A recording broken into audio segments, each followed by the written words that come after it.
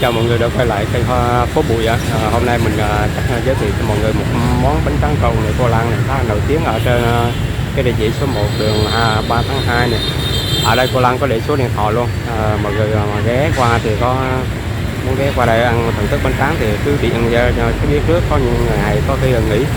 Thì bình thường nghe nói bán từ 9-10 giờ cho tới tối luôn nha. Thì ở đây bây giờ là chắc mới dọn ra này, thấy mấy người đang dọn ra cô Lan cũng đang bán cho những cái khách đầu tiên. Thì chắc qua giờ mình vô đây để mà trò chuyện luôn. Ở đây có rất nhiều loại bánh tráng khác nhau. Các đồ bánh tráng chắc là cũng không có thể bỏ qua được cái xe bánh tráng ở trên đường 3 tháng 2 này, nó gắn vòng xoay vòng xoay đó nha mọi người, để mọi người biết cái đường này đi để đi lậu ở đầu đường 3 tháng 2 luôn, ngay chỗ vòng xoay, chỗ giáp Võ Thị Sáu với đường Cách Mạng 8 này đó. Đây là cái xe bánh tráng cô Lan bán rất là lâu ở trên cái con đường này. Thì bây giờ bắt đầu chuẩn bị những cái đồ như vật liệu ra để bán này mọi người. Bây giờ là 1 giờ chiều, mình quay lúc 1 giờ chiều nha, bắt đầu là bán. Ở đây thì có chuẩn bị đèn rồi đầy đủ rồi để bán ban đêm nữa này. Thì ở đây thì hai người để làm xoài, làm những cái gọt xoài như ấy để mà phục vụ bán bánh tráng cô Lan đến đây mà làm nữa này. Có nguyên liệu bán bánh tráng trộn ở đây thì có đậu phộng, nước muối này, có tôm cua, có hành xào, nó là đều hết mọi người nha.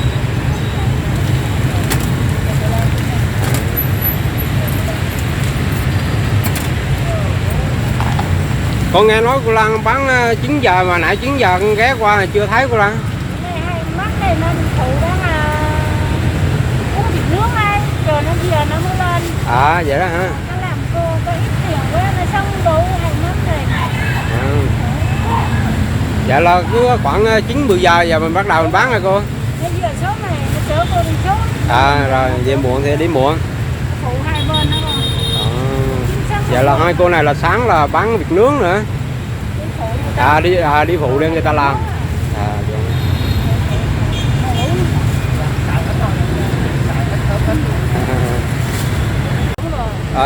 Hồi trước cô học có nghề bánh tráng trộn ra đâu rồi cô ra cô bán? Cô không có học cái nghề ở đâu á. Cô vào Sài Gòn đớm người gánh bông bông kiếm sáng. Rồi cô vô này cô thấy người ta bán á. Bán bánh từ trên bàn đem xuống bán á. Dạ. Để cô Lan mua bỏ lên cô quẩy bán. Rồi sau này cô rút kinh nghiệm lần để cô tự chốt ra. Để cô bán, cô là người đầu tiên làm cái hành này này. Đầu tiên làm cái món này. Rồi sau người ta thấy người ta đi trước dần dần. Cái hành phi đúng không? Đúng rồi. Người ta làm hành lá, hành phi người ta bắt trước cô á. Vậy là cái hành phi đó là cái món cô sáng chế ra đó. Rồi sau này người ta nhiều người mới bắt trước. Đúng rồi, xưa là ở quê cô Lan bán bánh bèo. Đúng rồi, hành phi là bánh bèo đúng rồi. Cái hành này rưới lên. Dạ. Xong rồi cái bó đậu phộng vô. Rưới đã bán vô này cô làm cái này nó ngon quá. Nó nổi tiếng là. Người ta bắt trước. Nhưng mà nghe cũng một vài trang chia sẻ là cô Lan đi bán bánh tráng trộn nuôi vợ chồng con gì đó, có hoàn cảnh gì đó cô chia sẻ là có thật đó. Hay là sao? Ông chồng, đứa con trai, vì hai người bị lâm bệnh thần kinh hết. Bị kinh bị thần kinh là hồi cái lúc cô vô này cô làm á thì hai người ở nhà đi xe thế. Đặt đều xuống. Lúc đó đâu có người thân đâu mà nuôi. Ở nhà thì có ống đứa thằng trai với đứa con gái, mà hồi đứa con gái có chút xíu liền. Thì hai người bị nạn rồi vô nhà thương để người ta bó con có tiền, người ta bó. Rồi đến lúc coi như là cô về thì cô nói thôi, rồi về nhà làm kẻ chữa cái này nhà thương tiền ở đâu. Đâu về giải cái rồi sao rồi. Dần dần nó ảnh hưởng thần kinh nữa con. Nó nặng lần thế nó khắc phục ra luôn. Rồi bây giờ sao, tình trạng bây giờ thì sao cô Lan? Bây giờ thằng con trai cô dẫn vô Nam, còn ông chồng cô đỡ về quê ở quê ra nghe gần gũi đó, người ta giúp hàng ngày ông đi luôn ngoài đường không có nhà. Xe đạp vậy là vậy là từ hai người là trụ cột của gia đình, là từ bây giờ trở thành là hai người không có làm gì được đấy. Bây giờ hai người học hành đã hello cô á, là người trụ cột gia đình. Cô có vào Nam để kiếm tiền. Rồi là nuôi hai người đấy. rồi đây quá nạn cô dắt vô. Bây giờ đỡ hai người ở quậy cứ đi luôn ở ngoài đường mà cũng chết ngoài đường. Cô dắt con thành cô Nam, cô nuôi 10 năm nay. Rồi cái bây giờ hôm tháng chạp đây nó điên mạnh quá, nó lên đây nó nhảy nó múa dữ quá chịu không có nổi. Rồi cái hiểm á, người ta nói Bà Lan ơi, không tổ phương á, Bà Lan ơi, tâm nó khủng nó quậy sáng đêm ở đây phải ngủ cũng được, nó phản ảnh. Thôi bây giờ tôi cũng biết là hoàn cảnh của cô rồi. Thôi bây giờ tôi nói là hiểm đây là cả đóng góp cả cho để ít người nhiều cho tiền á. Rồi chị thôi chiếc xe mà đỡ ảnh kéo bỏ lên chiều nhiều chứ đi đâu có được con, nó khùng mà sao cô dẫn ra tao bấm xe miền Đông nói. Dạ đúng rồi. Dạ cái người ta góp cho cô được 4 triệu mốt mấy được. Cô thôi chiếc xe nghỉ chiếc xe cấp cứu ấy là 4 triệu rưỡi. Đó, rồi là ảnh bỏ lên xe mà ai ảnh nói. Rồi mướn mấy người ở gần bên đấy. Rồi thôi giờ giúp giùm tôi chút. Đỡ phụ nó lên xe giùm chút, người ta mướn cái gì. Ở đây người ta giúp hết cho mướn cái gì bà. Dạ cái rồi lúc đầu là xuống ẩm lên nhưng mà nó quậy quá không được, phải xuống phường mượn cái cầm lại. Rồi ngồi trên xe cấp cứu đó với cô. Giờ bên xe Quy Nhơn bỏ xuống nhà thương tâm thần ấy. Dạ. Rồi kêu má ông điều dưỡng không ra, ông chuẩn bị gần bên đấy. Xong rồi cái bắt đầu đưa nó xuống với người ta, dẫn nó vô ngay cái chỗ mà có miếng gỗ ra nè. Cái bắt đầu đè nó ném xuống, đè 3-4 ông nhở, đè nó ném xuống xong rồi căng cái tay ra, rồi cái cột lại, căng cái chân ra cột lại, chích thuốc vô nó ném 3 ngày. Nó không tính lại luôn á, ném 3 ngày mơ mang nhở. Để cô mới nói bác tại sao mà chích cái kim gì nè, giờ con tôi nó ném im, nó có quậy, nó phá gì trơn nó tội mà nó ném y chịu chết rồi bác. Ông nói là cháu nó đây này quá thì mấy tôi thích thuốc an thần để cho nó ngủ chứ không sao đâu mà bà lo. 3 ngày tính lại, 3 ngày rồi tính dậy. Rồi cô ở đó cô nuôi nguyên ở tháng Chạp, Tết cái người ta về quê hết. Cô mới nói giờ về quê sợ nó quậy, cố cũng nói 2 người mà. Đâu tôi ở lại nhà thương bác sĩ nói cô đưa em về. Chi phí mà chăm 2 người nhiều không cô? Chi phí gì đâu, ở nhà thương là 20.000 một con, một ngày phát 3 lần là 6 chục một con. Còn là cái tiền thuốc men là cô có hộ nghèo á, phải cho tất cả. Có bảo hiểm em nữa, không có tốn ngàn nào, chỉ tốn tiền ấy. Thì ở lại nuôi nó lại uống nước còn lại là. Còn ông này ông ở nhà thì ngày cái hậu anh lần, có hậu cũng đem tới luôn. Cũng tốn việc trơn. Rồi ai chăm ẩn? Ai đâu mà chăm, có đứa con gái mà cái chồng tính tài dinh nó khổ quá, giờ chồng lên này là muốn sống qua ngày. Ai đâu chăm ở gần á. Dạ là có mình ổng ở nhà. Đúng rồi. Dạ. Đâu có. Bây giờ đã ở nhà ở trên ông nữa chết, không đất rồi. Dạ. Chết luôn. Rồi bỏ chết xong bây giờ biết sao giờ. Rồi tiền đó giờ có sao nói lại ở số ấy ra họ mua đồ ăn. Dạ. Mua đồ ăn hạt đeo đấy. Giờ lấy con nấu ăn. Dạ. Còn nấu nữa nằm đói đấy. Một ngày thì mình bán hết bao nhiêu bánh trắng này vậy cô? 20 kg ha. Hồi trước có nhiều hơn không? Khách nhiều hơn rất đâu á. Rồi, có khách rồi. 2 bịch đầy đủ không? Khách nhiều hơn mà từ hôm dịch tới giờ là bán chậm lắm. Dạ, bán chậm lại ha. Ở dịch giờ bây giờ khó khăn quá, người ta bắt đầu là tiêu xài nó tiết kiệm lại ha, giảm lại nhiều. Lúc trước thì đến ngày 6 cục cái xài, giờ còn ở 2 cục. Đúng. Bây giờ khoảng còn nữa đó ha. Đúng rồi. Giảm xuống nữa con. Đồ giặt giá giờ ở chợ bán quá cao. Nhưng mà bây giờ cái món ăn giặt này á, con bán cao ai mua. Dạ. Cho nên cái bán bình thường. Vẫn giữ giá vậy ha. Mặc dù nguyên liệu nó đã tăng lên rồi. Đúng rồi. Bởi vậy bây giờ nguyên liệu có gì nó cũng tăng lên hết. Ở kiếm sống giờ này bây giờ biết sao giờ. Dạ. Có món ăn hàng mà món ăn vặt mà giờ nó mất ai mua. Đây 20 mà con. Đây 20 nè. Ba phân đồ đầy đủ hết á. Dạ. Đúng nó ngon là nó ngon cái gia vị. Đúng cái gia vị, cái hành sa tế rồi cái ớt rồi đó ha. Đúng rồi, muối. nó tạo lên sự đậm đà cho cái bánh tráng, chứ bánh tráng thì ai cũng như ai cả, quan trọng là cách chế biến ở bóp thôi mọi người thôi. Cái gia giảm cái gia vị là nó khác nhau chỗ đó thôi. Cái gia vị mình mà biết chắc đó làm vừa miệng nó rất là ngon. Dạ.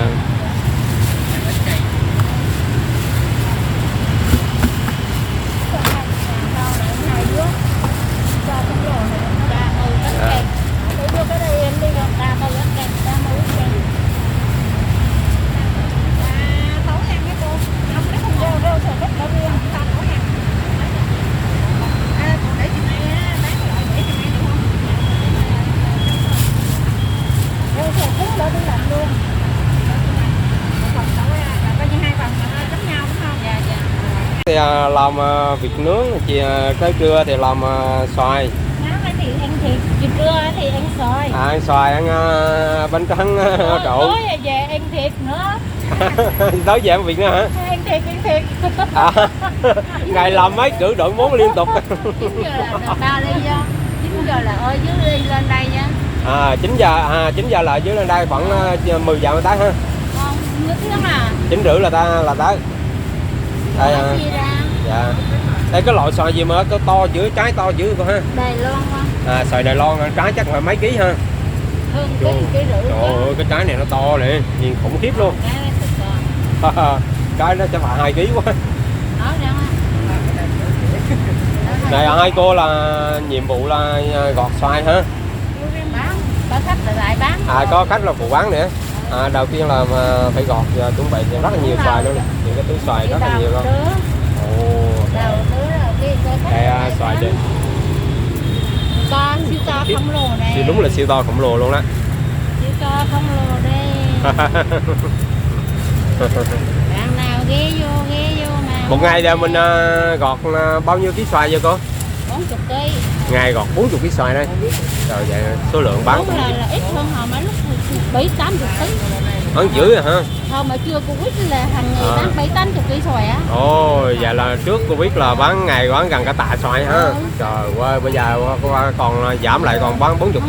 Giờ còn biết sao? Cô bán biết hàng là bán rẻ. Bán rẻ, thứ nhất là bán rẻ. Rẻ khách là có. Dạ, hay quá ha. Vậy là hai cô là phụ cô Lan bán và làm cái đồ này, chở cô Lan đi nữa. Mọi người ở đâu mà đi nửa tiếng? Ở quận Nhất. Ở quận Nhất ra đây nè hả? Ủa, có phải là ở ngay chỗ cái Địa Thám hả? Dạ rồi, biết cái giai đoạn đó rồi, khu phố Tây rồi.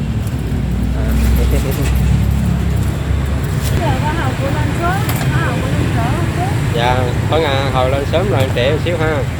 Ít phụ thuộc vào hai cô này ha. Cô Lan thì bán bánh tráng trộn đây được bao nhiêu năm rồi cô Lan? Hơn 10 năm rồi cô. Hơn 10 năm ha. Một bánh chén trộn, một trứng gà, một chén trộn hết rồi. Một chế độ nao. Có đơn hàng rồi đó, bắt đầu là cô nghĩ làm ha.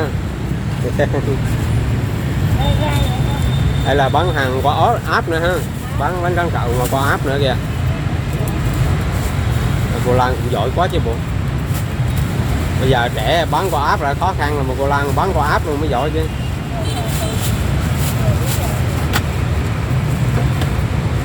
Bánh tráng trộn cô Lan khá nổi tiếng, nếu mà là mọi người lên mạng là khá nổi tiếng luôn. Lâu quá hôm nay mới có dịp ghé lại, nãy 9 giờ ghé qua nhưng cô Lan chưa tới. Rồi ghé vô quán nước rồi chờ rồi qua rồi thấy đó. Giá qua áp thì bịch chỉ có 15.000 thôi. Dạ, giá 15.000. 15.000 là người ta mua là người ta trả tiền ship theo giá mà nước. Thực số là ship là do người mua trả luôn ha. Dạ. Cô Lan thì giá 15.000 thôi. 15.000 là một người ăn vừa đủ ha. Két trộn, xoài trộn, bánh tráng trộn, xoài trộn. Nhiều món vậy, tất cả bao nhiêu món cô Lan? Bánh tráng cuốn cứ 20, 15 nữa. 20, 15. Bánh tráng cuốn nè hả? Bánh tráng cuốn là 20 hộp. Bánh tráng trộn là cứ là ngày 20 bịch mà nó ít tiền mà nó quất 15. dạ dạ. Bán qua nào 15.000 bịch. Siêu to khổng lồ 15.000. 15 ngàn đây, là suất 15 ngàn đó. Cho cái hai này nữa rồi. Rút nước còn. Suất 15 ngàn siêu to khổng lồ luôn. Nước còn ăn được. Chắc là các tín đồ bánh tráng thì chắc là rành cái xe của bánh tráng cầu của cô Lan quá rồi. Số 1 đường 3 tháng 2 này. Bán tới mấy giờ là nghỉ rồi cô Lan? Đúng 12 giờ hả? Đúng tới nửa đêm là mới nghỉ á. Dạ.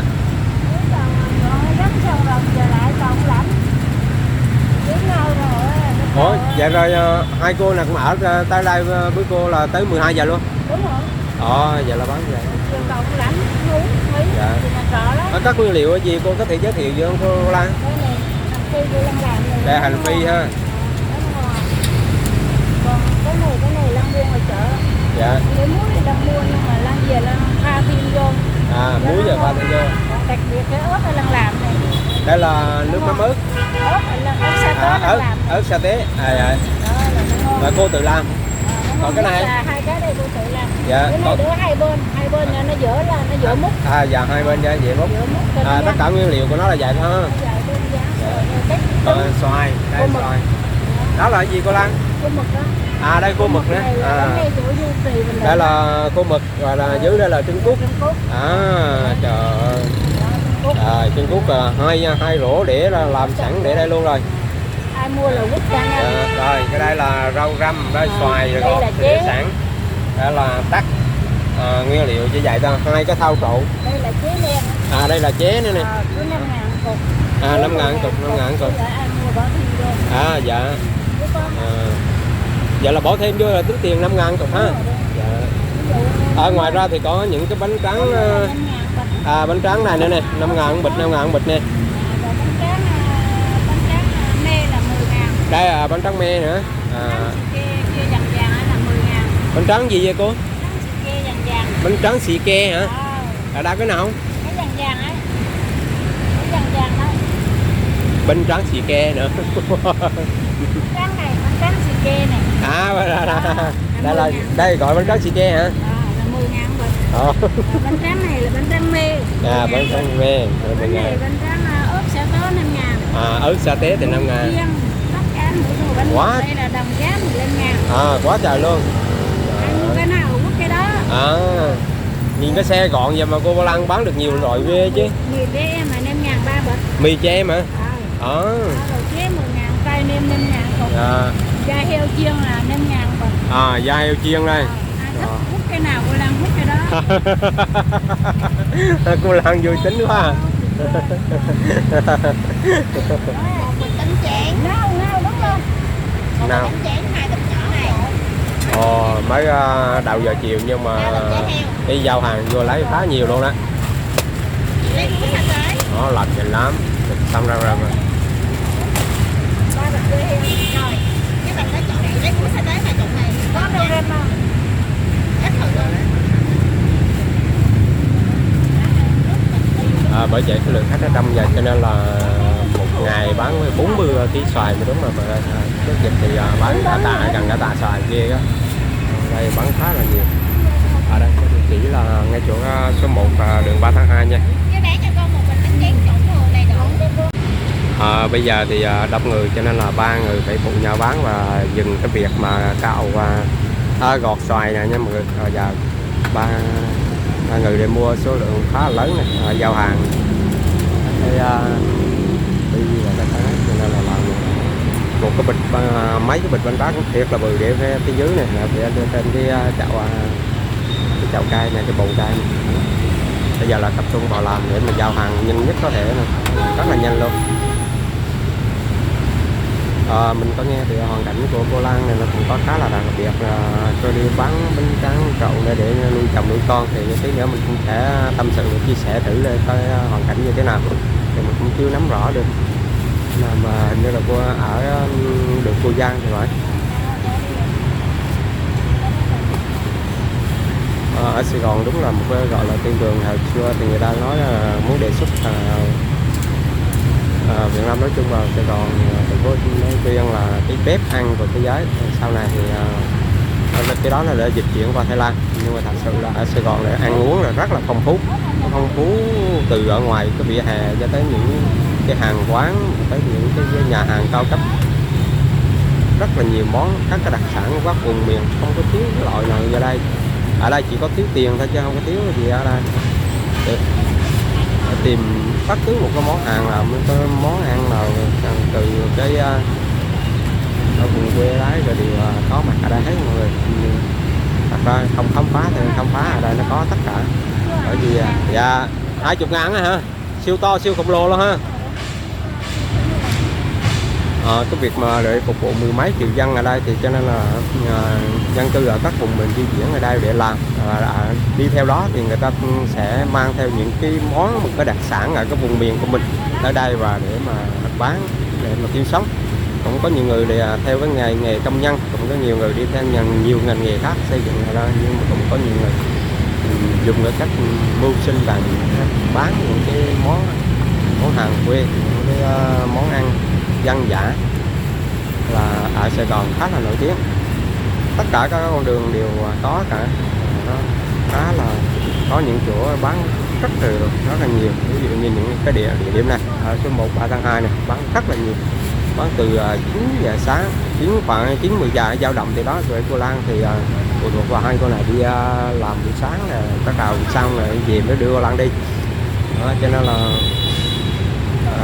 dao động từ khoảng 9-10 giờ sáng ngày nào cũng bán cho nên là người đi thì có số điện thoại trên cái bảng của Lan để đó rồi liên hệ, còn không thì cứ đi khoảng 10 giờ cho chắc, 10 giờ thì chắc chắn là có ở đây rồi.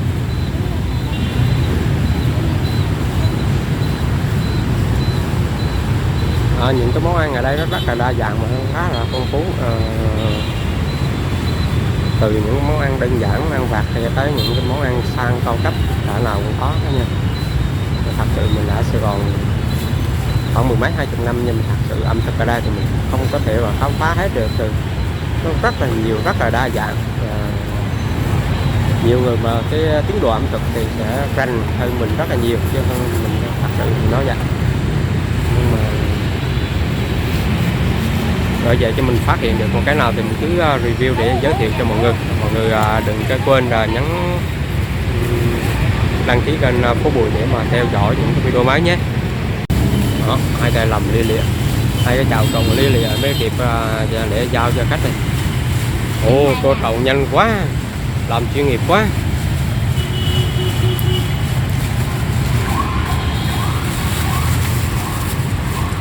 Mình là làm quen rồi mình ước lượng luôn chứ mà không có phải lãi ha. Có khoảng ví dụ như 15.000 là bao nhiêu đó là mình biết hết rồi ha. Rất là nhanh luôn. Đủ tiền ha. Đúng rồi. Rồi. Thế là xăng 3 đơn hàng ha, ba người giao luôn. 6 bịch ha. Rồi. Mỗi lần về vô mua nhiều ghê chứ. Bởi vậy những chỗ rất là nổi tiếng như chỗ này mới giao hàng qua mạng nó đông như thế đó. Mỗi phần cứ mỗi ngày thì mình làm khoảng bao nhiêu cô? Cái này bán tùy khách. Khách mua 15 bán 15, khách mua 20 rồi bán 20. Rồi có đứa nó mua 50-60 nữa con. Nó ăn 10.000 da heo, 10.000 kế 10.000 nem là 30 rồi. Tính ra là 50-60 luôn đó. Đúng không? Là một bỏ vô một bịch bánh tráng á. Dạ. Bình thường là bán một bánh tráng 15-20 thôi. Dạ. Còn mấy cái này nó nói Đà Lan quất 10.000 nem. Dạ. Đà Lan quất 10.000 kế. Đà Lan quất 10.000 da heo. Đó là vô 30. Dạ. Cộng với 20.000 bánh tráng nữa là 50. Nên 3-4 đứa ạ. Xin 4-5 đồng rưỡi ạ. Đây. Nhưng mà đơn giản nhưng mà nó mới ngon. Nghe. Kế. Đó, vậy. Rất là nướng.